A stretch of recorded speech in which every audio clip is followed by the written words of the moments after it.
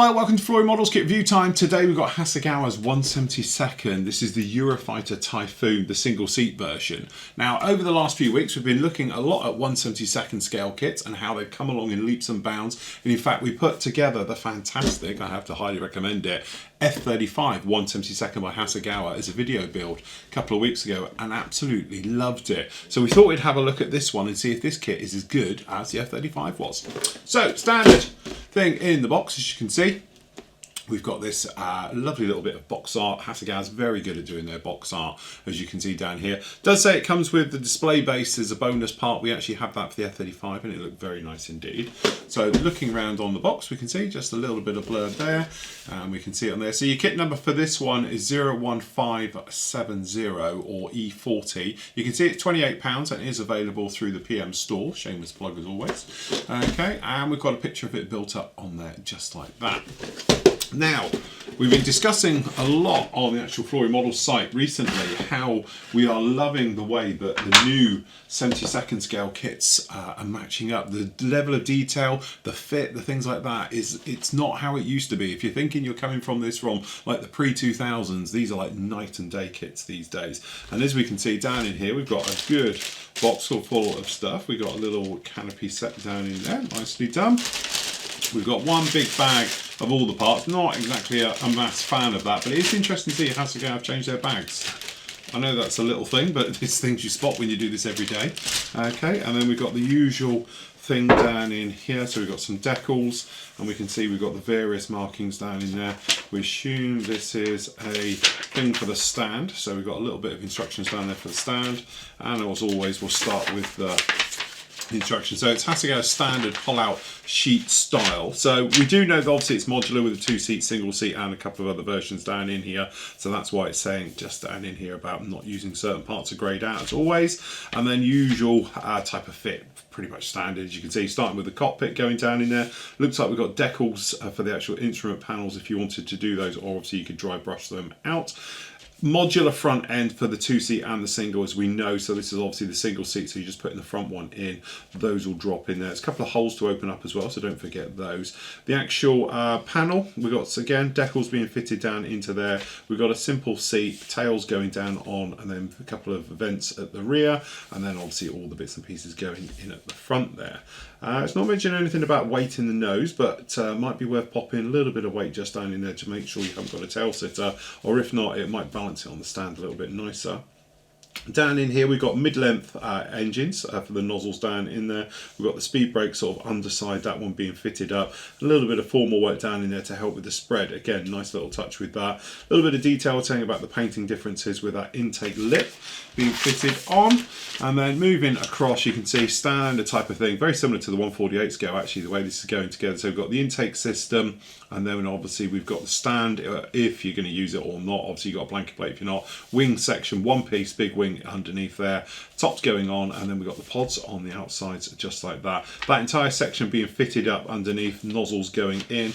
Then really it's into the sort of little bitty bits. So we've got various vents and various detailing points being fitted down onto this. The gear, depending if you do it gear up or gear down, you've got the option down there if you want a nice in-flight display model.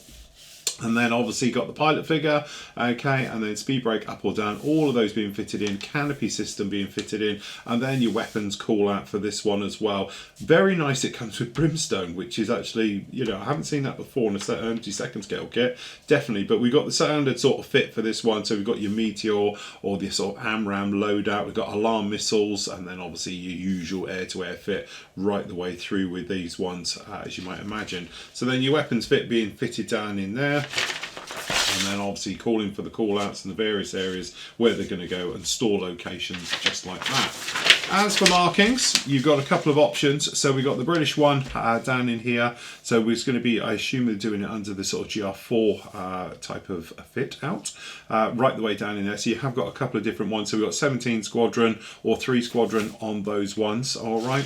And then we've got the Luftwaffe one as well, doing the red flag Alaska exercise, which is actually a very nice little option on that one as well, if you wanted to do that down in there. And that is it. Very nice indeed. Looks to be pretty much straightforward. Actually, it seems to go together the same as the sort of 48 scale Rebel kit, which obviously I've built a few of those now. The stand, as we were saying before, which is actually a nice little touch with these, very much harping back to the 80s. But there we go, we've got the stand now being fitted. You can have it in flight, and there's two ways of doing it, which is, again, something that's actually a little bit different. Either that sort of single classic way of poking it up the back, okay, and just going in there, or you can have it fitted to the nozzles. Now, to be honest, I'm not a fan of that nozzle one because the mechanics are way too over-engineered for that. But if you didn't want to have it sort of poking or having to have a hole in the bottom, obviously that is another touch with that one. So again, personal choice if you wanted to do it that way. I think if you're going to go with nozzles, a couple of bits of acrylic running around is a lot nicer. Decals, so usual thing with Hasegawa, sometimes they can be a little bit thick, but actually those look very, very nice indeed. If we just switch to a tighter camera, we can see got some nice details on all of those, looking pretty much as you'd expect.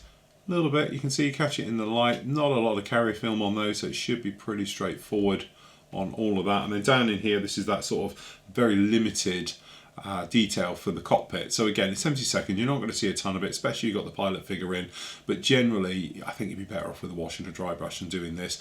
And then obviously you've got the instrument panel ones as well for the screens. Pretty much as you'd expect. Okay, so down in here we've got the bag. Grab a knife. So as we said, one big bag, not a fan because you get the old screw rub. And the funny thing is they managed to put the stand in with all of this.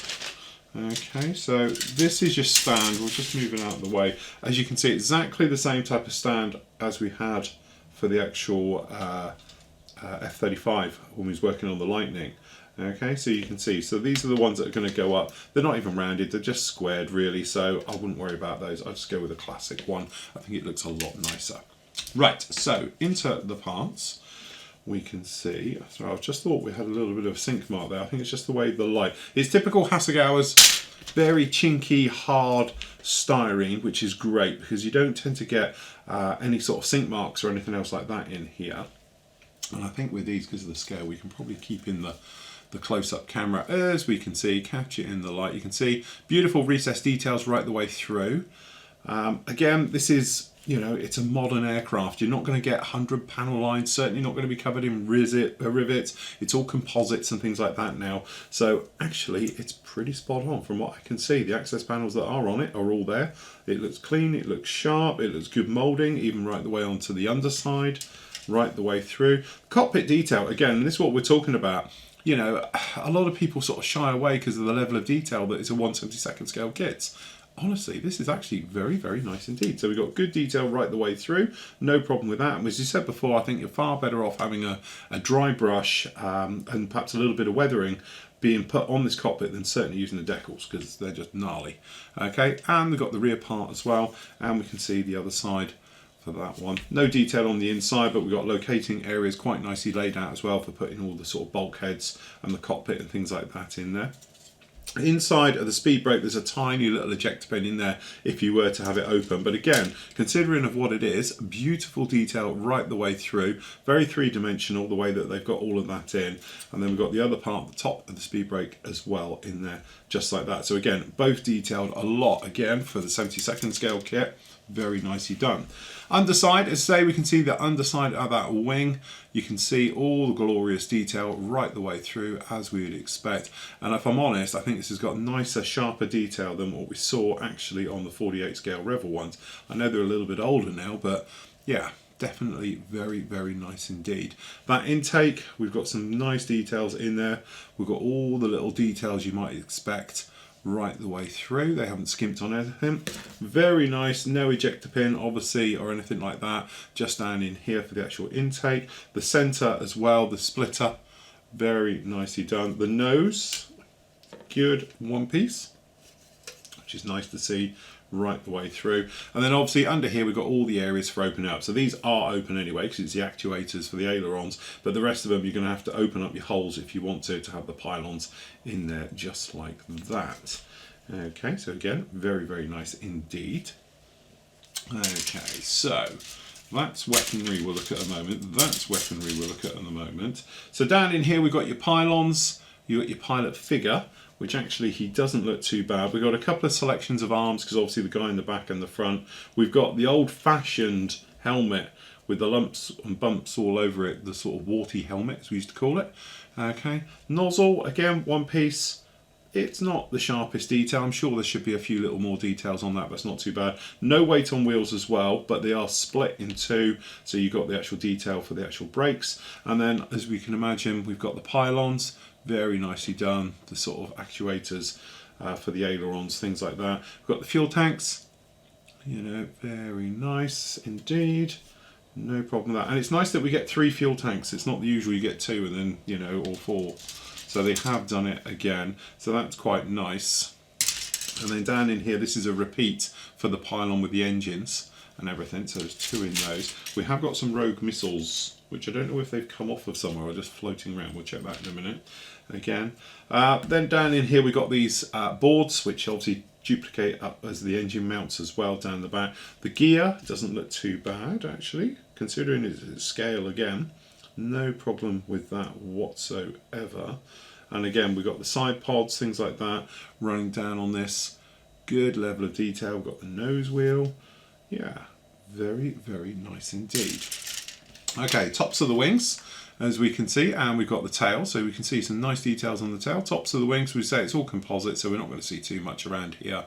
And that's nicely done on that one. And then we've got the gear doors, obviously closed or open, one piece or multiples. And again, we're pretty good because we've got no ejector pins on the insides of the doors, which is a nice touch. Okay, and these, and actually you can see the micro machine tooling, if you catch it in the light, on this as well. These are actually very flushed out, so that's no problem again with the ejectors. They're all in there just like that. And again, there's no ejector pins at all on the nose door. All of that actually is very, very nice indeed. Very good. Okay, so weapons we were saying about. We have got a couple of AMRAAMs, which I assume have come off of here. So they've obviously got caught up. So down in here we've got your alarm missiles, as we were saying before. We've got your ASRAAMs, AMRAAMs, things like that, as you might expect. One piece moulded, so that's actually not too bad. You haven't got to worry about doing your fins and lining them all up. There is some ejector pins down actually on these though, so you're going to have to get in here with a soft sponge, get in here with a skinny stick, a couple of swipes, and you'll be good to go with that one. Okay, so that's very nice indeed. And then we got these guys as well, which is like the J-Stow type thing, I assume, or Shadow Storm. Very, very nicely done. Again, very nice. Brimstone, which is, you know, a lot of people think it's a Hellfire. I suppose it sort of is. It's based on the Hellfire family. But yeah, one piece, very nicely done. And it's really nice to see a modern sort of, you know, 3-rail ejector or launcher rail system for the Brimstone on there as well. So that's actually bringing it bang, bang up to date with that one. Okay, and obviously we get 2 of those as well. Last up, the glass. So, Hasegawa usually very, very good. Okay, 9 times out of 10 we are clear. We do have a centre seam running right the way through, unfortunately. So we have got a little bit, but clarity-wise, as I say, it's a complex shape. It's 72nd.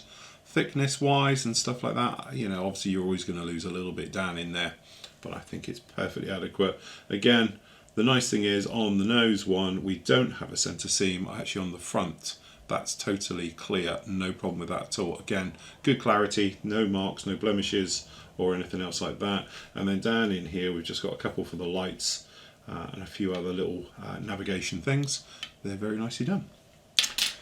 Again, it's a little beauty. It's £28, and I think back in the day, 28 quid would got you a 1/48 scale kit. But now they're all in the 70s, so this has gone up a bit. But then time moves on, and somebody I was speaking to the other day was saying we don't live in the 80s anymore, Flory. So that's probably about right why things are going up. But level of detail, this is what we're talking about now, and something we've been speaking about a lot on the Flory Model Show over the last couple of weeks. How 72nd scale, it's really ramping it up now. Some of the level of detail is better than you find on 32nd scale kits easily. So this is another little gem. It's perfect out of the box. I don't think you're going to need too much in there. You might want to think about maybe, you know, if you were pushed, replacement decal set for it. Hasegawa decals can be a little bit thick, and in this scale you want them to go down quite nicely, but having not used them, I'm not too sure. As for the rest of it, you could obviously stick in there a little bit of detail into the cockpit. If you're going to have the pilot figure, you're not going to see much in there at all. The seat itself is quite basic from the outside. It's not a detailed one like a Martin Baker, Mark 7 with lots of things going on it. It looks like a box and stuff. So in this scale, I think it's perfectly adequate. So if you're thinking about something straight out of the box and a straightforward build, this is definitely where I'd go with it.